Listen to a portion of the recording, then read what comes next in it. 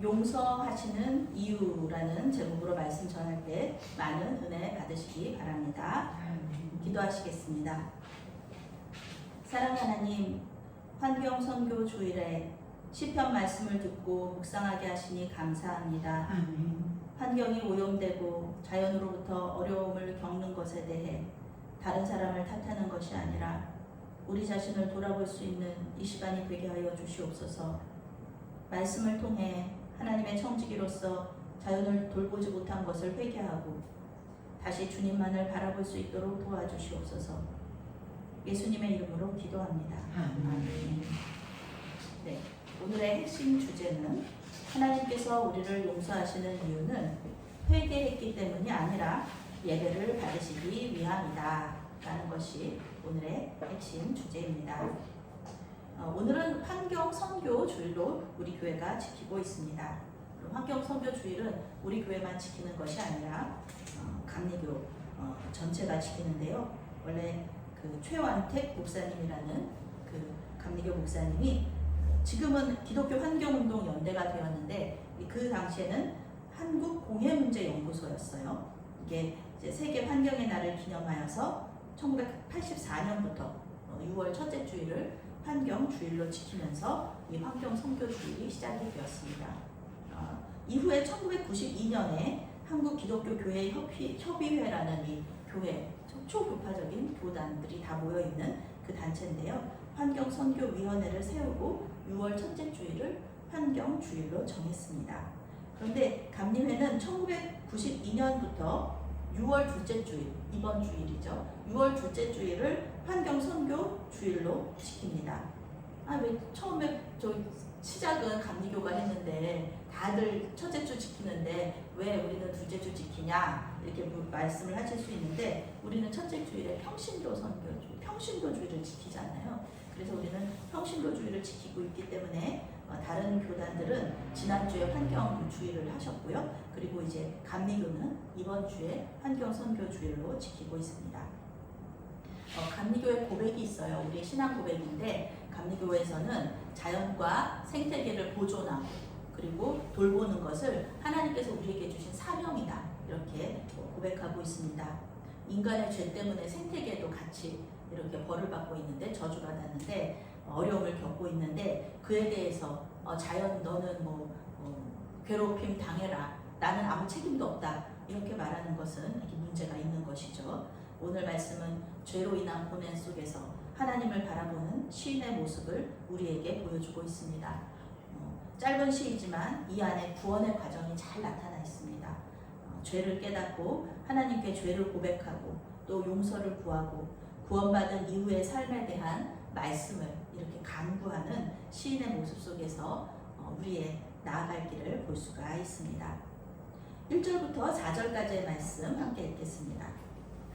여호와여 내가 깊은 곳에서 주께 부르짖었나이다. 주여 내 소리를 들으시며 나의 부르짖는 소리에 귀를 기울이소서.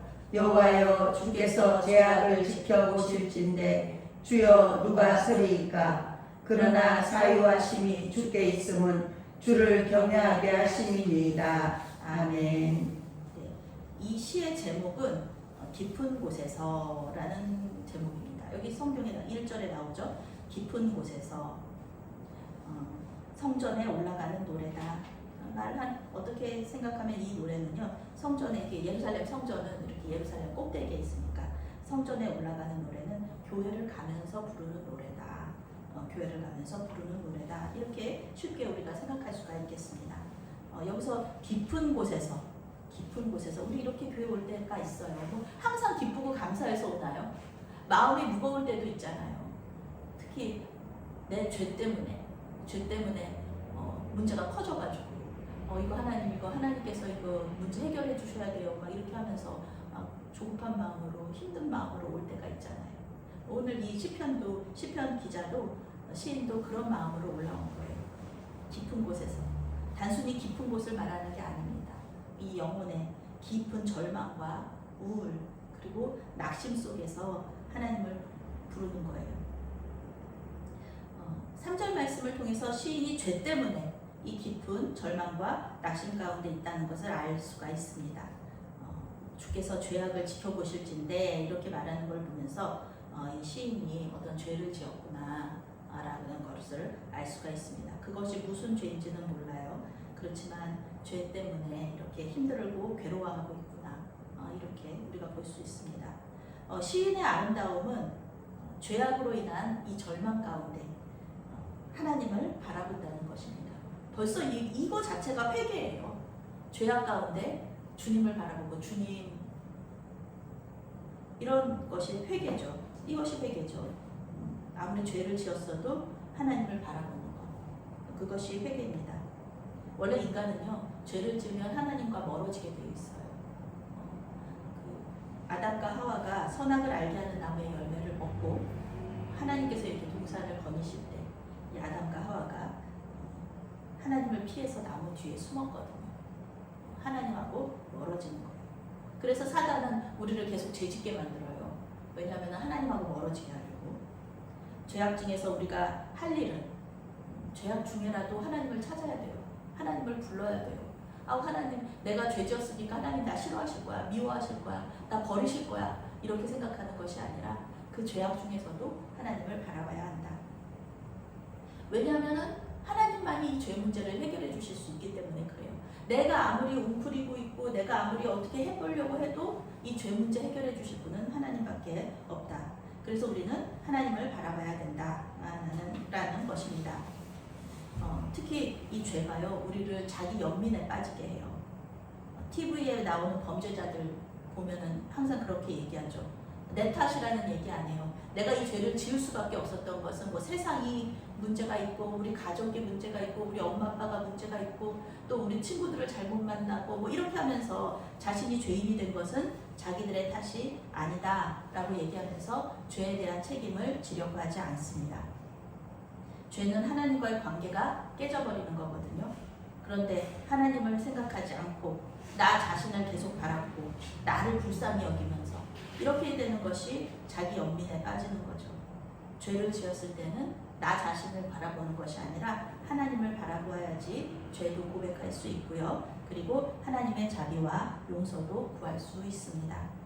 문제 해결의 방법이 하나님께 있는데 하나님을 바라보아야지 계속 나 불쌍한 거, 또 내 문제 이것만 바라보면은 그 문제가 절대 해결되지 않는다. 하나님을 바라봐야 된다는 것입니다.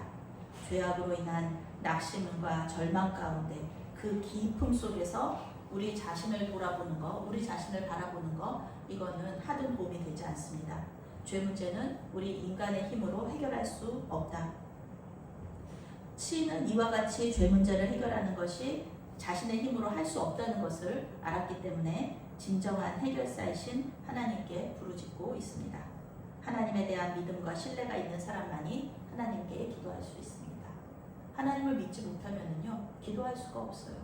아니, 나를 도와줄 능력이 없는 사람한테 내가 왜 도움을 요청합니까? 나를 도와줄 능력이 있으신 분이라는 것을 우리가 믿을 때만이 하나님께 기도할 수 있습니다. 그래서 그 하나님을 믿는다고 말은 하는데 기도는 안 해요. 그런 사람들이 있어요. 뭐 어려운 일이 있을 때마다 사람한테 가든지 아니면 내가 알아서 하든지. 네, 그런 사람들은 내 믿음에 대해서 다시 한번 점검할 필요가 있습니다. 물론 하나님께서 사람을 통해서 역사하세요. 그런데 내가 기도하지 않고 내 마음대로 선택을 하고 결정을 하잖아요. 그러면은 그 책임은 내가 져야 돼요. 그것이 잘 되든지, 잘 되면 좋겠지만 그게 문제가 생길 수도 있잖아요. 그러면 그 책임 내가 져야 된다는 거예요. 그런데 기도하면서 행한 모든 결과는 하나님께서 책임져 주신다. 그 결과가 긍정적이든 부정적이든 하나님께서 책임을 져 주시는 겁니다. 잘못된 선택을 한다고 해도 할 수 있어요. 정말 기도 많이 하시는 분들도 잘못된 선택을 할 수 있어요. 계속해서 하나님의 뜻을 구하면서 가는 사람도 분별을 잘못할 수가 있거든요.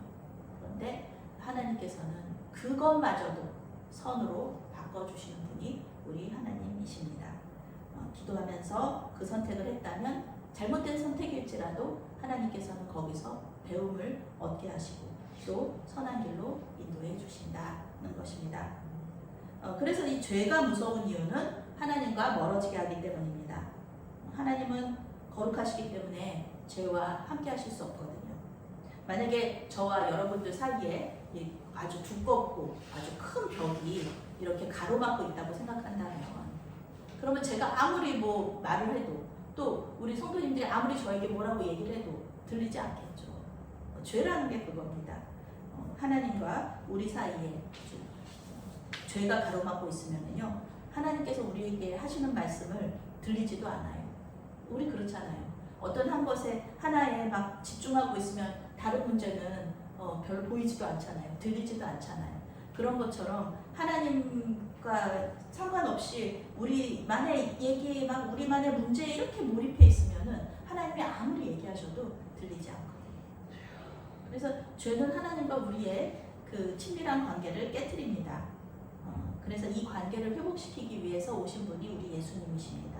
그래서 구원이라는 것이 무엇이냐 그렇게 얘기하면은 뭐 여러 가지가 있을 수 있겠지만, 죄에서 용서받고 뭐 또 우리가 천국 가는 거 뭐 그런 거 다 있지만, 그 중에서 하나가 구원이라는 것이 무엇이냐면 이렇게 하나님과의 관계가 회복되는 거다. 하나님과 우리는 정말 멀어져서 정말 이 건널 수 없는 강이 이렇게 하나 생겼는데 예수님께서 거기에 다리가 되어 주신다는 거죠. 그래서 예수님께서 십자가에서 죽으실 때 성전 지성소에 있는 그 두꺼운 휘장이 아래에서 위로 찢어져 버렸죠. 그러면서 이제 하나님과 우리를 가로막는 것은 아무것도 없다. 모든 관계 속에서 하나님께 직접 나가서 우리가 말씀드릴 수 있고요. 하나님께서 우리에게 말씀해 주실 수 있고요. 물론 이제 성경이 없던 시절에, 성경이 기록되기 전에는 하나님께서 직접 말씀도 하시고, 그렇죠. 지난주에 우리 사무엘에게 말씀하셨듯이 꿈에서도 보여주시고 이러는 계시가 있지만, 지금은 하나님의 말씀이 있기 때문에, 성경이 있기 때문에 그런 일들은 좀 아예 100% 사라졌다, 그런 일은 그렇게는 말할 수 없지만, 왜냐하면 선교지에서는 이 성경 말씀도 읽을 수 없는 그런 선교지, 아주 무시무시한 곳에서는 예수님께서 직접 이렇게 꿈에서 나타나셔서 말씀도 하시고 그런다는 이 일이 있어요. 그래서 100% 아예 그런 일이 없다, 그런 말은 할 수 없겠지만, 그래도 지금은 우리에게는 성경을 주셨기 때문에 성경을 통해서 하나님께서 말씀하신다라는 것을 우리가 알 수가 있습니다. 예수님께서 하나님께로 가는 길을 뚫어주셨고, 이제는 예수님을 통해서 우리가 하나님께로 갈 수 있다. 아주 주님께로 가는 아주 정확하면서도 아주 빠른 그 길이죠. 우리 예수님이라는 그 정확하고 확실한 그런 길이죠. 그래서 사유하심이 주께 있다라는 그 말이 나오죠. 4절 말씀에. 그러나 사유하심이 주께 있음은 주를 경외하게 하심이니라. 오늘의 핵심 구절인데요. 사유하심이라는 단어가 어려운 단어입니다. 히브리 원어로 살라흐라는 동사입니다. 사유하심, 어떤 뜻인 것 같으신가요? 되게 어려운 것이죠. 네, 이 뜻은요, 용서, 쉬운 말로 하면 용서인데, 이 살라흐라는 단어는요, 용서라는 뜻이지만 사람이 용서하는 거에는 이 단어를 사용하지 않아요. 이 단어는 항상 하나님하고만 사용됩니다. 하나님께서 용서하신다, 하나님께서 사유하신다, 이렇게 되는 거죠. 용서라는 뜻, 하나님께만 사용돼요. 사람이 서로 용서한다, 그럴 때는 이 단어를 사용하지 않아요. 그래서 예수님이 죄인들과 병든 자들에게 용서를 선포하시잖아요. 네가 죄 용서함을 받았다, 이렇게 말씀하시잖아요. 그랬더니 바리새인들하고 이 종교 지도자들이 난리가 나서 예수님 죽이려고 하잖아요. 네가 뭔데 막 신성모독이라고. 그 말이 바로 이 말입니다. 예수님께서 용서를 선포하신다는 것은 예수님이 하나님이시라는 것과 똑같은 거예요. 이 단어는 하나님께만 사용되니까. 그런데 예수님께서 이 말씀을 하셨다는 것은, 용서를 선포하셨다는 것은 예수님이 하나님이시다, 내가 하나님이고 너희가 그렇게 기다리던 메시아다, 이 말씀을 하신 것과 같다는 겁니다. 예수님은 하나님이시고 또 죄가 없으신 분이셨기 때문에 우리를 위해서 대신해서 죽으실 수 있었고, 또 다시 살아나심으로써 자신의 무죄를 증명하셨습니다. 이제 이러한 하나님의 용서를 경험한 사람들이 하는 일, 그것은 무엇일까요? 그것은 바로 주님을 경외하는 것입니다. 주님을 경외한다. 주님을 경외한다. 하나님의 용서를 경험한 사람들, 하나님께서 용서한 사람들에게 원하시는 것, 그것은 바로 주님을 경외하는 것인데, 이것은 경건하게 주님을 예배하는 것이다라고 할 수 있습니다. 이제 구원받은 사람의 삶의 기반은 내가 아니라 하나님이다. 나 자신을 위해서 사는 게 아니라 하나님을 위해서 산다라는 것입니다. 나의 기쁨보다는 하나님의 기쁨을 위해서 산다는 것입니다. 내 뜻을 이렇게 주장하기보다는 하나님의 뜻을 이루어드리는 것, 그것을 우리가 더 원하게 됩니다. 하나님의 권위를 인정하고 그분을 내 삶의 왕으로 섬기는 것, 더 이상 죄로 인해 절망에 빠지지 않고 죄에서 자유하게 되는 것, 하나님을 바라보고 하나님만을 예배하는 것. 그렇다고 한다면은 이 죄를 지기가 어렵죠. 계속해서 하나님을 계속 바라보고 주님 순간순간마다 기도하면서 그러는데 죄 짓기가 참 힘듭니다. 그럴 때는 주님 안에 있으면, 요한복음에 항상 나오는 것이죠. 주님 안에 있는 사람이 죄를 짓는 것, 죄를 안 짓는 것보다는 이 죄를 안 짓기가 더 쉽죠. 죄를 짓기가 참 어려운 그런 상황이 이제 벌어지는 겁니다. 하나님을 무서워하고 두려워하고 하나님이 우리의 일거수일투족을 다 지켜보신다, CCTV처럼 지켜보신다고 생각하면은 죄를 지을 수가 없죠. 지금 우리나라에 그 소매치기 없어지고 그 종도둑 없어진 이유가 이 CCTV 때문에 그렇다잖아요. 반드시 잡히기 때문에 죄를 지을 수가 없는데, 그 CCTV도 무서운데 하나님이 계속 쳐다보고 계시는데 어떻게 우리가 죄를 지을 수 있겠습니까? 이렇게 얘기할 수 있어요. 우리 예수 믿는 사람들이 어떤 큰 죄를 지으면은 우리 그렇게 얘기하잖아요. 하나님 무서워서 어떻게 그렇게 죄를 지을 수가 있어? 하나님 무섭지도 않은가 봐. 이렇게 얘기하는 것. 이것이 바로 하나님을 경외하는 것이죠. 물론 뭐 하나님을 막 공포로 느끼는 것은 아니라 그냥 하나님을 사랑하고 존경하는 마음, 그런 마음에서 얘기할 수 있는 거죠. 물론 우리가 소소한 죄를 지을 수 있어요. 우리 사람이니까. 그런데 하나님을 거절하고 완전히 배교하는 거죠. 예수님을 떠나는 그런 죄는 지을 수가 없게 된다는 것입니다. 5절부터 8절까지의 말씀 함께 있습니다. 나 곧 내 영혼은 여호와를 기다리며 나는 주의 말씀을 바라는도다. 파수꾼이 아침을 기다리보다 내 영혼이 주를 더 기다리나니 참으로 파수꾼이 아침을 기다림보다 더하도다. 이스라엘아 여호와를 바랄지어다. 여호와께서는 인자하심과 풍성한 속량이 있으니라. 그가 이스라엘을 그의 모든 죄악에서 속량하시리로다. 아멘. 하나님께서 심판 가운데서도 은혜를 잊지 않고 용서하시는 이유는요, 하나님의 뜻은 우리를 죽이는 것이 아니기 때문에 그렇습니다. 너네 죄인이야, 너네는 사형이야, 다 죽일 거야, 이것이 하나님의 뜻이 아니라 우리를 구원하시고 우리를 통하여서 하나님께서 예배 받으시고 영광 받으시는 것, 그것을 하나님께서 원하시는 것입니다. 죽이면 뭐해요? 하나님께서 하나님의 사랑하는 자녀들을 죄 짓는다고 죽이면 뭐합니까? 살려서 하나님께서 하나님 앞에서 행복하게 사는 걸 보는 게 하나님의 기쁨이시죠. 그런 거죠. 우리로부터 예배와 영광을 받으시는 것, 그래서 용서하시는 겁니다. 시인은 죄로 인한 고난과 낙심에서 하나님의 용서를 경험하면서 이러한 하나님의 뜻을 깨닫게 됩니다.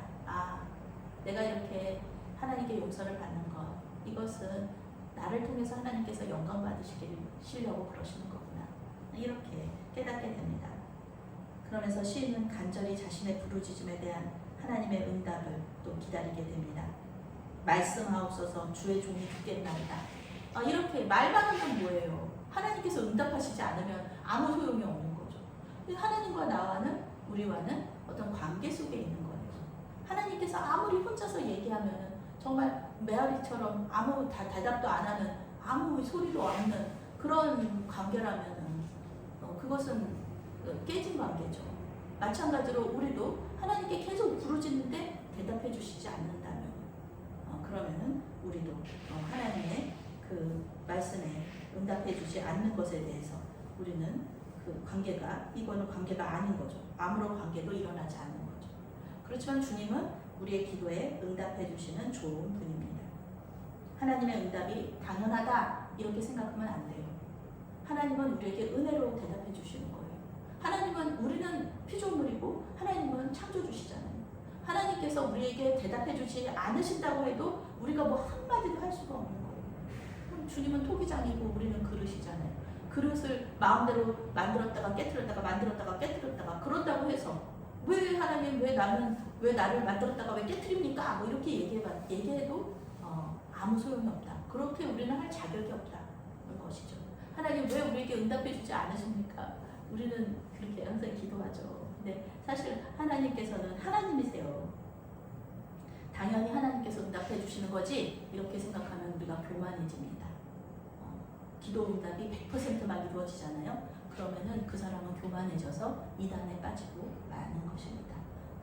내가 기도하면 뭐든지 다 하나님이 들어주셔. 그렇게 되면은 내가 하나님이 되어버리는 거예요. 하나님은 나의 도구가 되어버리는 거죠. 그런 것은 안 되는 거죠. 우리의 영적인 그런 성숙을 위해서 절대로 우리의 기도가 100% 우리의 뜻대로 응답되지는 않는다. 우리가 기도해서 응답해 주시는 것이 아니라 주님께서 우리를 사랑하시기 때문에 우리 은혜로 응답해 주시는 것입니다. 주객이 전도되면 안 됩니다. 시인은 이 사실을 너무나 잘 알고 있었습니다. 그래서 시인은 파수꾼이 아침을 기다리는 것보다 더 간절하게 하나님의 말씀을 기다린다. 응답에 대한 주권은 하나님께 있음을 인정하면서 자신도 간절히 하나님을 바라보고 있는 거예요. 내가 할 일은 해야죠.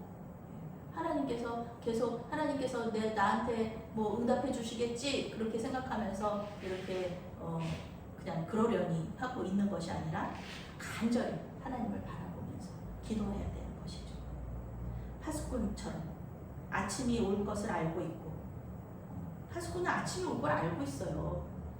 그리고 아침이 오면은 이 성을 지키는 사람들이 체인지 되잖아요. 바뀐다는 걸 알고 있어요. 그러니까 아침 오겠지. 조금 있으면 아침 오니까 뭐 그냥 나는 설렁설렁 해도 돼. 이게 아니죠. 이 파수꾼은 그 의무를 아침이 올 때까지 그 의무를 다해야 합니다. 우리 드라마 같은 데 보면은 밤중에 막 그 화살 같은 거 날라오는데 못 막잖아요. 그리고서는 그 파수꾼이 지키는 그 성이 무너져 버리는 그 문이 열려 버리는 그런 일들이 일어났기 때문에 이 파수꾼은 아침이 오기만을 기다리는 거예요. 아침이 오기만. 왜냐면 아침이 오면은 적군들도 다 눈에 보이고 이 화살들도 눈에 보이기 때문에 그래서 좀 훨씬 더 편하다. 그리고 또 이게 체인지가 되면서 내 의무를 이제 그만해도 된다. 시인도 마찬가지예요. 시인도 내가 용서받을 걸 알고 있어요. 하나님이 좋으신 분이니까 하나님 날 용서해 주실 거야. 알고는 있지만 하나님께서 말씀해 주기를 기다리는 거예요. 하나님께서 만나 주기를 기다리는 거예요. 하나님께서 우리의 기도에 응답해 주시지 않고요. 하나님께서 그냥 없는 것처럼 느껴질 때는요. 죽을 것 같아요. 마치 죽은 것 같아요. 그럴 때가 있죠. 네, 그럴 때가 있어요. 우리는 삶을 살아가면서 그건 죽는 거예요. 우리의 죽음입니다. 하나님과 이렇게 멀리 떨어져서 완전히 소외됐다고 느낄 때, 그때는 우리는 죽는 거고요. 하나님을 만나면 우리는 다시 살아납니다. 그래서 우리는 계속해서 이 십자가 죽음과 부활을 계속해서 우리도 경험해요. 그렇습니다. 이 하나님이 말씀해 주실 때까지는 자유로울 수 없어요. 우리의 어려움이 항상 죄의 결과는 아닙니다. 욥도 어려움을 겪었지만 그것은 욥이 죄 때문에 그런 거 아니거든요. 물론 우리의 죄 때문에 그런 건 아니지만 우리 어려움이 항상 죄의 결과는 아니지만 때때로 하나님께서 죄에 대한 결과로 어려움을 주실 때도 있어요. 하나님의 심판이 있을 때도 있습니다. 하나님의 마음에 합했던 다윗 얼마나 훌륭한 왕이에요. 그런데 우리아의 아내 밧세바를 취하고 우리아를 죽인 일로 인하여서 아들을 잃었습니다. 그리고 그것에 대해서 굉장히 슬퍼했습니다. 그러나 우리가 죄를 회개할 때 주님은 용서하시고 하나님의 때에 그 어려움을 해결해 주시는 것입니다. 자신의 죄를 용서받은 시인은 이제 이스라엘 전체에 하나님만을 섬길 것을 권면합니다. 하나님께만 소망을 두고 신뢰하면서 그 구원의 시간을 기다리라 이렇게 말합니다. 물론 이 구절은요, 궁극적으로 예수 그리스도의 십자가 구원 사건을 가리키고 있습니다. 하나님께서 사람으로 오셔서 모든 사람의 죄를 대신하여 십자가에서 죽으실 때 비로소 진정한 구원이 이루어진다는 것입니다. 그것을 이제 예언처럼 이 130편의 기자가 말하고 있죠. 이 130편은요, 누가 지었는지 몰라요. 어느 시대에 지었는지도 몰라요. 그저 하나님을 사랑하고 죄악 중에서 힘들어했던 한 시인이 쓴 시입니다. 오늘 시편에서 시인은 하나님을 두 가지 이름으로 부르는데요. 하나는 야훼, 우리가 말하는 여호와 하나님, 그리고 하나는 아도나이라는 이름으로 부르고 있어요. 두 시편에서 하나님을 두 번 부르는 거죠. 우리가 하나님 이렇게 부를 때도 있고 주님 이렇게 부를 때도 있듯이 이렇게 부르고 있어요. 그런데 이 뜻이 다 있거든요. 야훼 하나님은요, 우리와 언약을 맺으시고 그 언약을 지키시는 분이라는 것을 강조할 때 사용해요. 그래서 우리가 야훼 하나님 기도할 때 이렇게 하죠. 하나님, 우리와 언약을 지켜주시는 하나님이시니까, 하나님 말씀 속에서 이렇게 약속하셨으니까 하나님 우리의 기도를 들어주세요. 이렇게 기도할 수 있고요. 또 아도나이라는 것은 우리의 주인이라는 뜻이거든요. 우리의 왕이시라는 뜻이에요. 그것을 강조할 때 사용하는 하나님의 이름입니다. 그래서 아도나이라고 하면은 하나님, 우리는 하나님의 종입니다. 하나님, 우리의 왕이시니 우리의 신하된 우리를 돌보아 주십시오. 지켜주십시오. 이렇게 기도할 수 있는 겁니다. 이렇게 하나님의 이름을 묵상할 때 우리의 죄도 또한 깨달을 수 있습니다. 야훼라는 이름을 묵상하면은요, 항상 언약을 깨트리는 우리의 죄를 깨닫게 됩니다. 우리는 항상 언약을 깨트려요. 하나님은 항상 지키시는데 우리는 깨트립니다. 아도나이라는 이름을 묵상하면요, 언제나 주인에게 순종하지 않고 불성실하게 행하는 우리의 죄를 깨닫게 됩니다. 우리는 하나님을 믿는다고 하면서도 항상 언약을 깨트리고요, 하나님과 약속한 거 맨날 지키지 않고요, 그리고 또 우리 마음대로 불성실하게 행동합니다.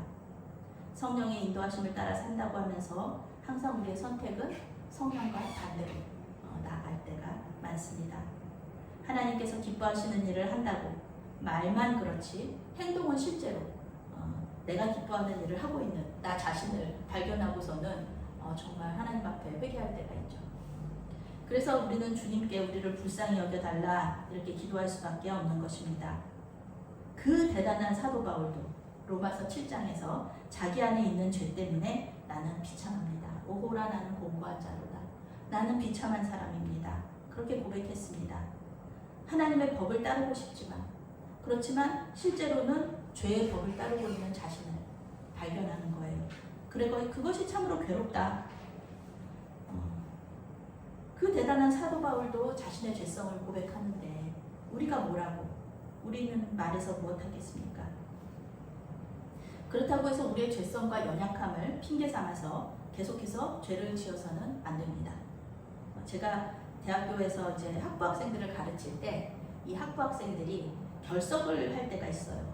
그런데 결석 점수는 굉장히 깎이는 점수가 크거든요. 결석은 하면 안 됩니다. 그래서 결석하는 학생들은 그 최대한 결석할 수밖에 없는 이유를 얘기해요. 왜냐하면은 점수가 많이 깎이면 좋은 성적을 받을 수가 없으니까 그렇게 말합니다. 집에 무슨 큰일이 생겼습니다. 제가 꼭 가야 될 수밖에 없었습니다. 이렇게 얘기하거나, 아니면은 제가 몸이 너무너무 안 좋아서 못할 수업을 못 왔습니다. 이러면서 얘기를 해요. 정말 모두 결석을 할 수밖에 없는 이유입니다.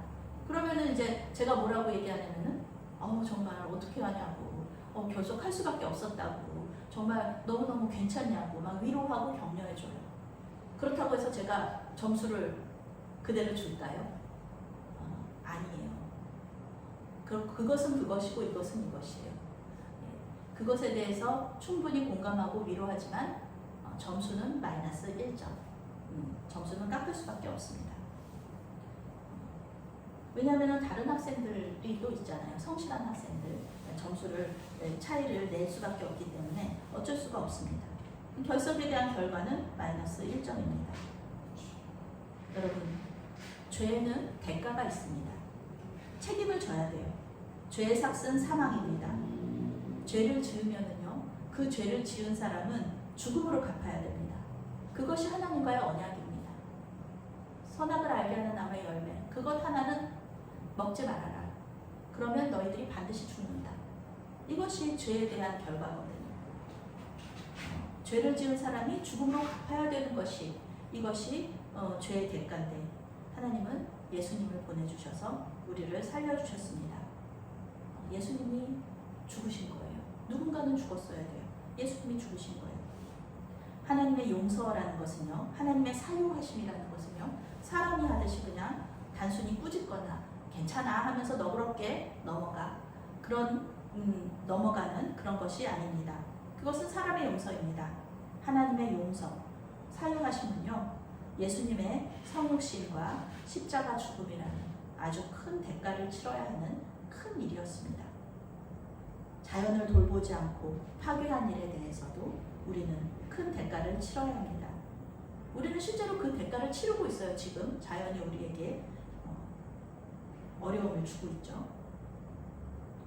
꽃이 없다고, 벌이 없어진다고 하잖아요. 벌이 없어진다고.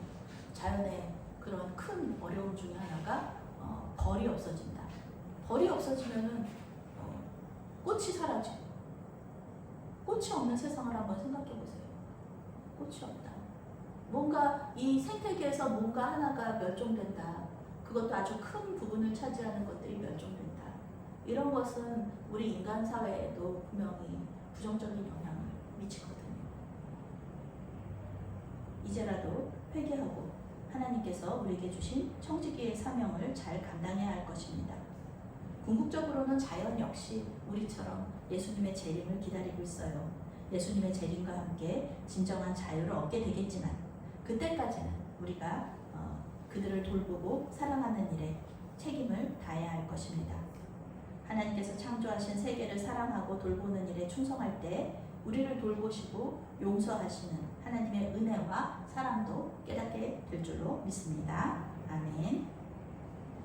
사랑의 하나님, 우리를 불쌍히 여기사 모든 죄에서 우리를 구원하시고 자유하게 해주셔서 감사합니다. 이 시간 특별히 자연을 돌보는 일을 사명으로 주셨지만 그 사명을 잘 감당하지 못한 것에 대해 주님 앞에 용서를 빕니다. 주님께서 우리를 사랑하시고 돌보시듯 우리도 자연을 사랑하고 돌보는 마음을 허락하여 주시옵소서. 예수님의 이름으로 기도합니다. 아멘.